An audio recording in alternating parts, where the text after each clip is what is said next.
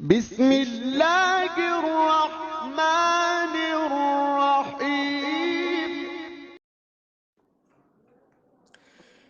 بسم اللہ الرحمن الرحیم۔ سوال کیا گیا ہے کیا سید کو زکوٰۃ دے سکتے ہیں؟ اسی طرح کیا سید کو فطرہ دے سکتے ہیں؟ نیز اگر یہ غریب ہیں تو پھر ان کے متعلق کیا حکم ہیں؟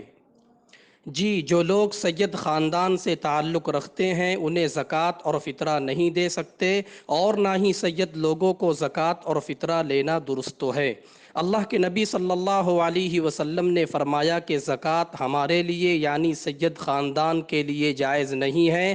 اگر کوئی سید غریب تنگ دست ہے تو اس کی مدد صدقات نافلہ سے کی جائے، یا ہدیہ وغیرہ دیا جائے، یا پھر کسی غریب کو زکوٰۃ دے دی جائے اور وہ غریب پھر اپنی طرف سے اس غریب سید کو ہبہ کر دے۔